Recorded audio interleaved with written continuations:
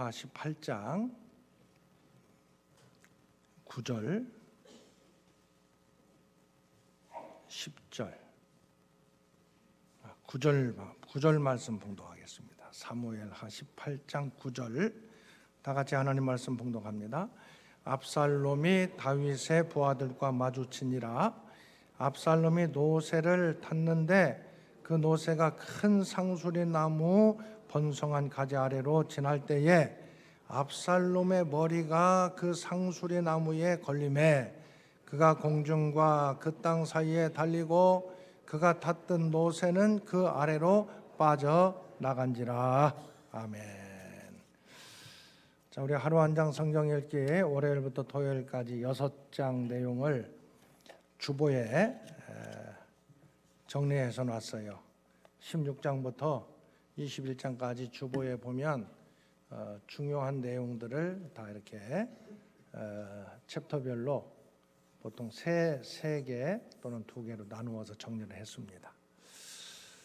그런데 전체적으로 이번 주의 내용은 뭐냐 하면은 다윗이 압살롬 그 아들이 반역을 한 거예요. 아버지가 왕인데 자기가 왕이 되려고 반역을 해버렸어. 그 백성들이 다 압살롬에게로 막 모여가는 거예요. 많은 백성들이. 어떻게 보면 다윗이 권위가 많이 땅에 떨어진 거예요. 왕으로서. 왜 그런 줄 알아요? 밧세바를 범했잖아요. 그리고 그 죄를 덮기 위해서 충성스러운 장수 우리아를 전쟁터 맨 앞에 내보내가지고 죽게 만들었잖아요.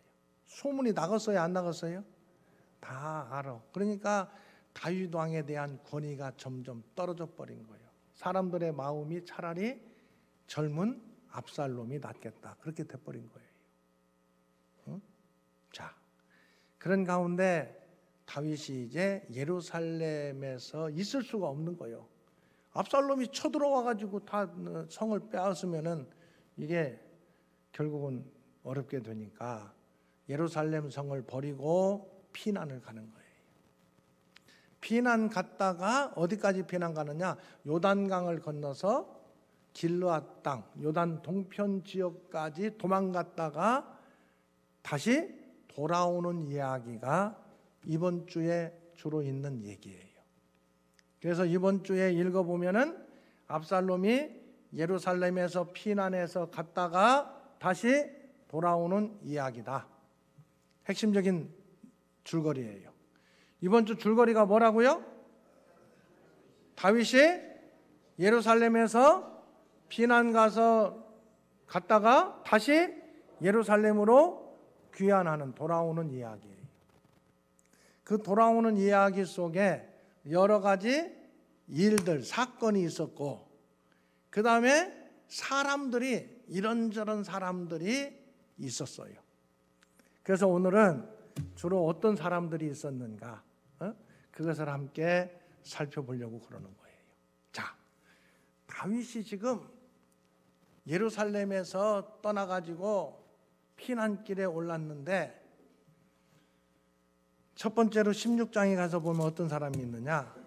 여기 시바라는 사람이 있어. 무비보셋의 종이에요. 무비보셋은 사울의 아들이고 그 사울의 아들이 좀 다리를 제대로 사용하지 못하는 불편한 사람이에요. 무비보셋이. 네, 누구라고 그랬어? 사울의 아들. 요나단의 아들. 사울의 아들이 아니라 요나단의 아들이래. 너무 감사해요. 이렇게 엉터리로 얘기해도 얘기해 주는 분이 있어서 너무 감사해요. 요나단의 아들 무비보셋이 있는데 다리를 절어.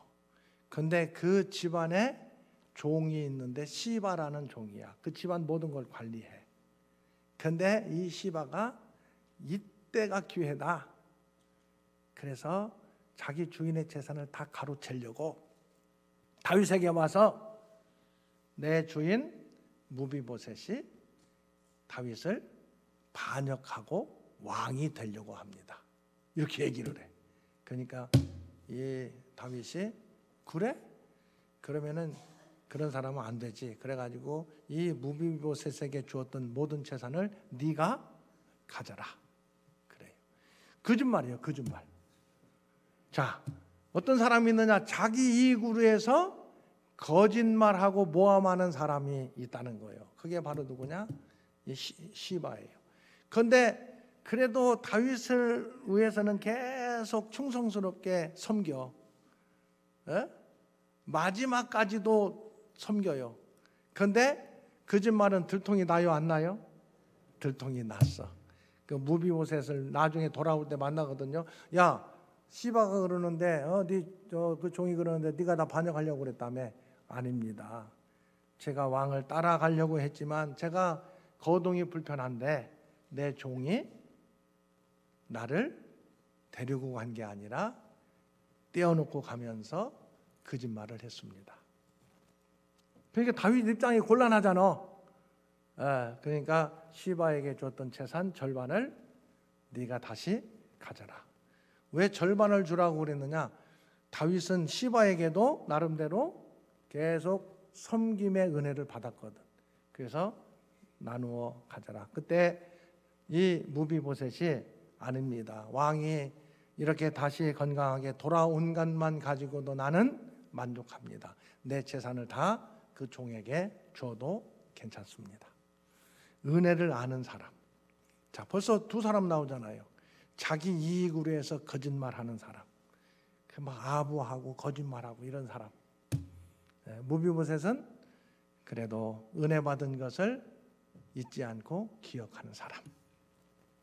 그 다음에 16장에 또 어떤 사람이 나오느냐? 시므이라고 하는 사람이에요. 시므이. 이것은 사울과 같은 지파예요. 사울과 같은 지파. 그런데 이 시므이가 다윗이 왕으로서 힘이 있을 때는 아무 찍소리 않고 있다가 지금 피난 가는데 나와가지고 막 저주를 하는 거예요. 16장 7절 보면은 시므이가 저주하는데 피를 흘린 자여 사악한 자여 가거라 가거라 사울의 모든 족속의 모든 피를 여호와께서 내게 돌리셨도다. 지금 그집 막 자기 감정에 뭐 있지도 않은 걸 가지고 막 지금 저주하는 거예요. 이 다윗을 시므이가 다윗이 힘이 있을 때는 찍소리 못하고 있다가 힘이 없으니까 막 다윗 막 뭐 저주하고 막 그래. 그러니까 아비새가 그 옆에다 저 개 같은 놈 죽여버리면 죽여버리겠습니다. 그러니까 다윗이 죽이지 마라. 그러면서 뭐라고 얘기하느냐? 여기 보세요. 12절 보세요. 16장 12절 같이 봉독합니다. 혹시 여호와께서 나의 원통함을 감찰하시리니 오늘 그 저주 때문에 여호와께서 선으로 내게 갚아주시리라. 아멘. 여러분 다른 사람들이 요가하면 막 같이 승질나 가지고 저 왜 쓸데없는 요가냐 같이 맞붙어 가지고 싸우죠. 그래야 속이 시원해. 다윗 시므이가 막 저주하는데 자기한테 합당치도 않은 저주를 막 하는데도 다윗은 그래 내가 죄를 지었기 때문이다. 이 저주 때문에 하나님께서 내게 선으로 갚아 주실런지 어떻게 알겠느냐. 자기의 죄를 철저하게 돌아보는 다윗. 기회가 됐다고 막 그냥 저주하는 시므이. 근데 이 시므이가 또 어떻게 되는 줄 알아요? 나중에 돌아올 때 있잖아요. 아이고 어서 오십시오. 내가 그때는 잘못했습니다. 나 좀 잘 봐주십시오. 또 이래. 이 시므이 힘이 있을 때는 굽신거리고 힘 없으면은 막 함부로 깔아뭉개고 이게 시므이야. 시므이. 그런 사람이 나타나요. 또 16장에 보면은 후세라는 사람이 다윗의 친구 책사야. 아주 지혜가 많은 사람인데 이 후세는 다윗을 따라가려고 하다가 다윗이 그러지 말고 압살롬에게로 가서 나를 위해서 필요한 일을 해라. 그래서 지금 적진에 들어가서 다윗으로 해서 이 어떤 전략을 세우는 역할을 감당하는 게 후세예요.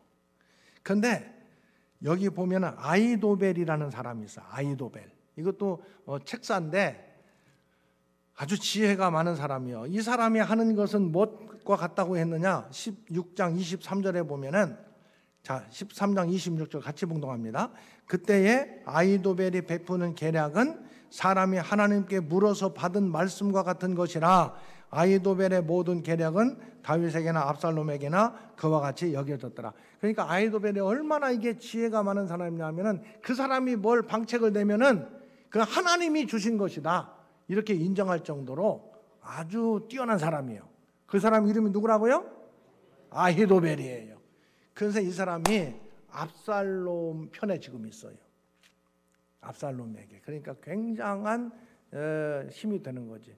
그래서 이 아히도벨이 뭐라고 얘기하느냐, 16장 20절부터 보면은 이제 이 압살롬에게 예루살렘 성에 들어가서 후궁들, 다윗이 후궁 10명을 남겨놨거든요. 10명. 그런데 그 후궁들과 동침하라고, 모든 백성들이 보는 앞에서 동침하라고 그래요. 말도 안 되는 것 같은 얘기를 하죠.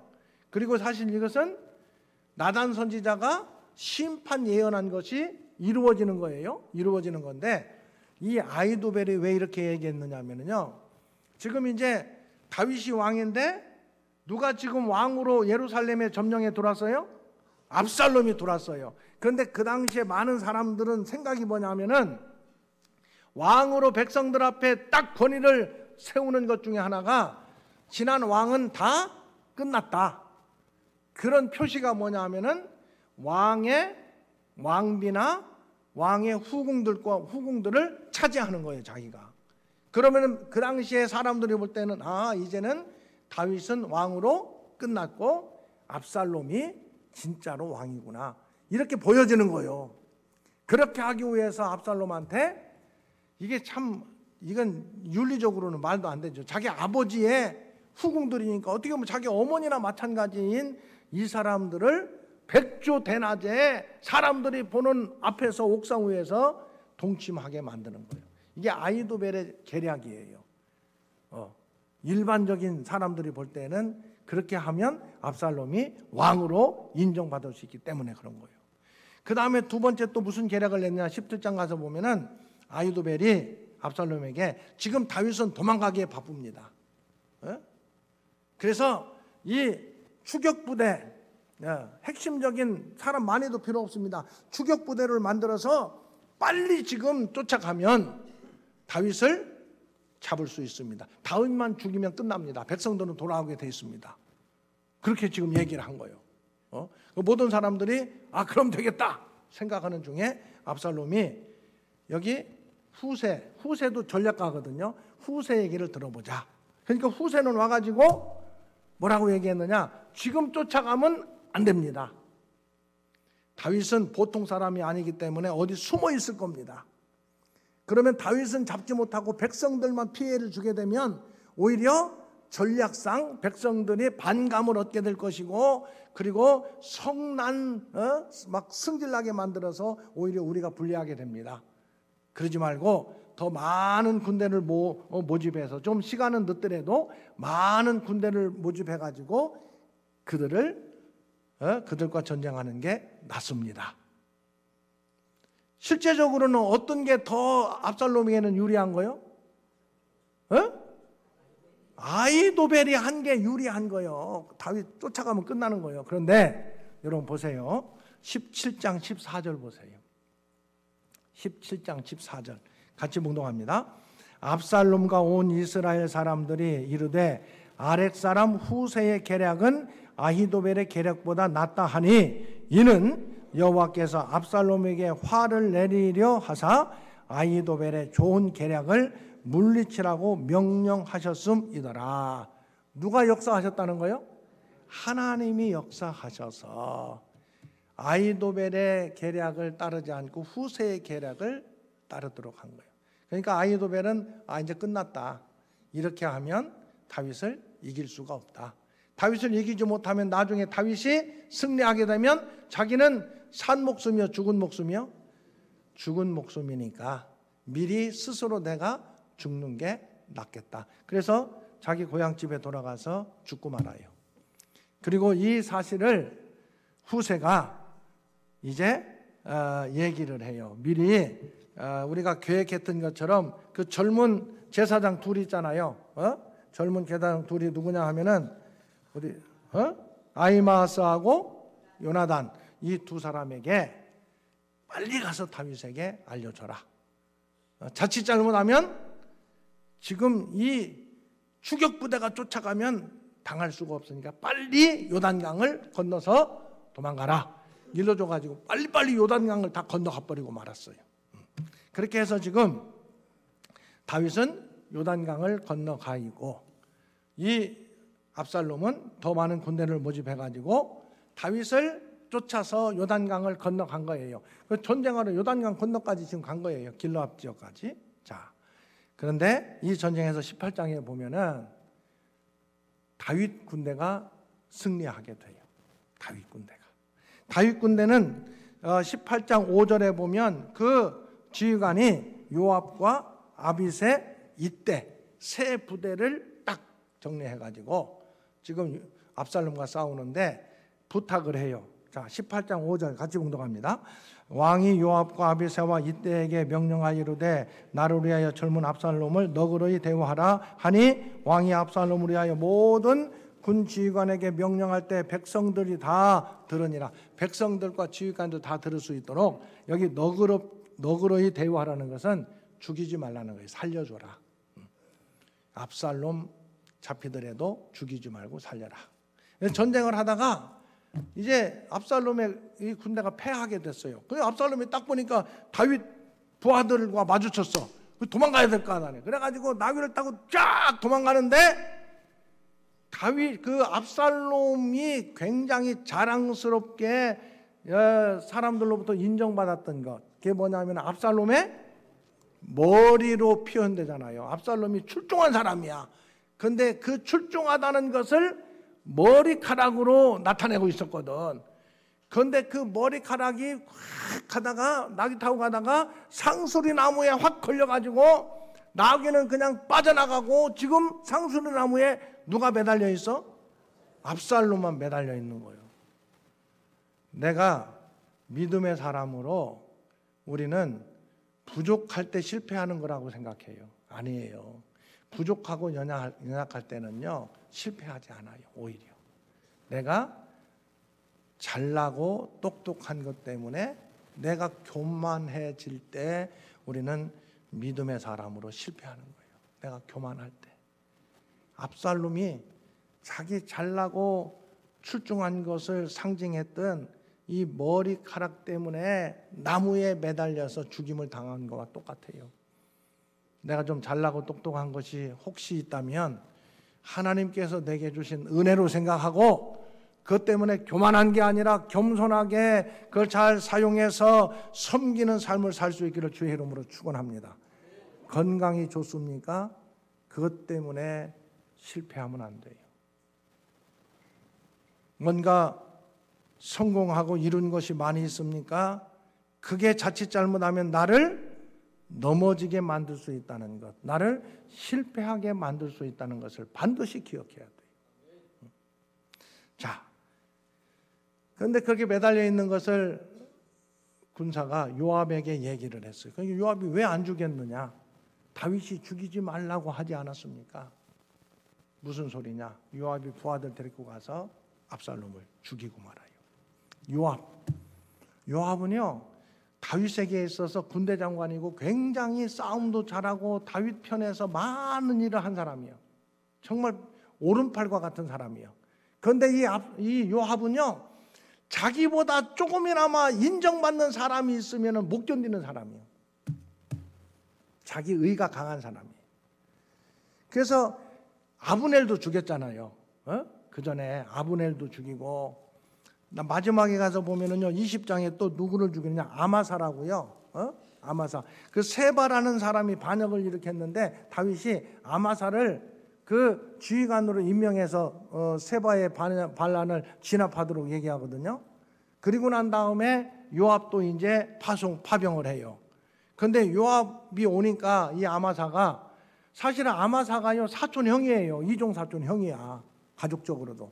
그러니까 요압이 군대 장관이니까 장관님 나오셨습니까? 그러니까 형이에요. 형 개인적으로는 형 잘 지내셨습니까?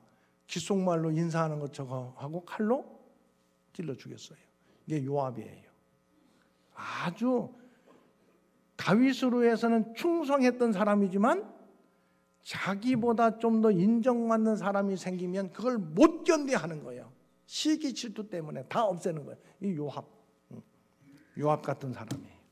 자, 요압이 압살롬을 결국 죽이고 말았어요. 이 압살롬이 죽었다는 얘기를 다윗이 들어요. 그러니까 다윗이 막 엉엉 울어. 18장 33절 같이 봉독합니다. 왕의 마음이 심히 아파 문 위층으로 올라가서 우니라. 그가 올라갈 때 말하기를 내 아들 압살롬아, 내 아들 압살롬아, 차라리 내가 너를 대신하여 죽었다면 압살롬 내 아들아 하였더라.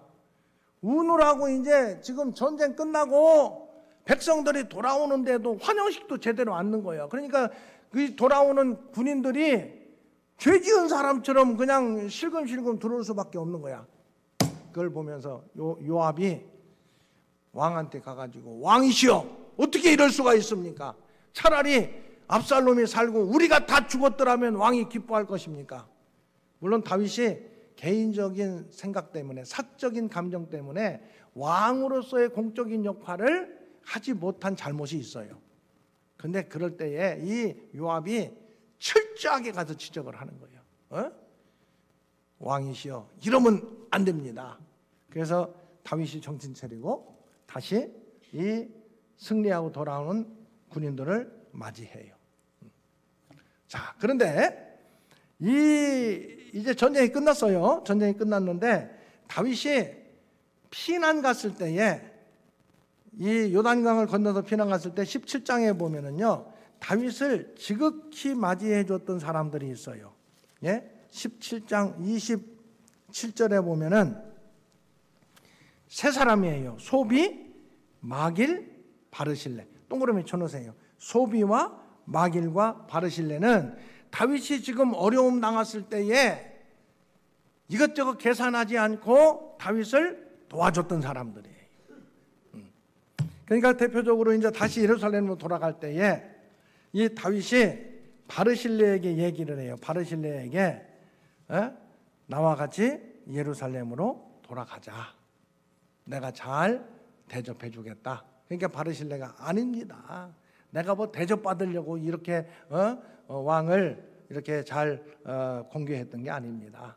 나는 나이도 먹었으니까 이제는 여기에서 때 되면은 죽는 게 좋겠습니다. 그러니까 그래도 아쉬움이 있다면 내가 한 사람 젊은 사람을 추천할 테니까 그 사람을 데리고 가서 사용하십시오. 여기 김함이라고 하는 젊은이를 데리고 가라고 얘기해요. 근데 여기에는 누군가는 안 나와 있는데 많은 학자들이 열왕기사하고 연결시켜서 이 바르실레의 아들이라고 생각을 해요. 우리가 생각할 때 그럼 아들을 출세시키려고 그런 모양이다. 그게 아니라 출세시키려고 그런 게 아니라 자기가 가서 다윗을 잘 섬겨야 되는데 내가 섬기는 대신 내 아들로 섬기게 하도록 허락해 주십시오. 이 바르실레 참 멋있는 사람이에요. 어려울 때 다윗을 도와주고 대가를 바라지 않았던 사람이에요. 그런데 문제는 이제 돌아갈 때에 같이 모든 지파들이 다 함께 의논해가지고 다윗을 맞이해야 되는데 이 유다 지파가 다른 지파를 배제시켜요. 우리만 다윗 왕 모시고 가면 된다 이런 생각을 하는 거예요. 그러다 보니까 다른 지파들이 기분이 좋겠어요? 나쁘겠어요? 안 좋아. 그래서 20장으로 넘어가다 보면은 세바가 반란을 일으켰을 때에 그 나머지 지파들이 이 반역에 또 참여를 하게 되는 거예요.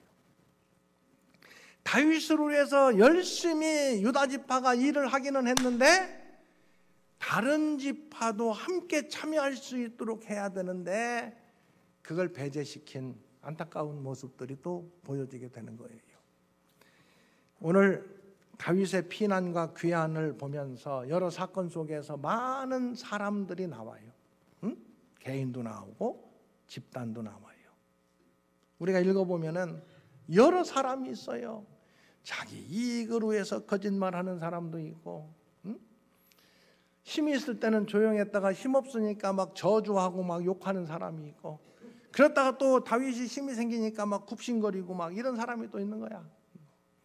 어떤 사람은 자기 의를 위해서 충성하기는 하는데 자기가 주인이 되면은 용납하지 못하는 요압 같은 사람도 있고, 다윗이 어려울 때 어떤 대가를 바라지 않고 다윗을 섬겼던 바르실레나 그 후세 같은 그런 사람도 있고, 여러 사람들이 나와요.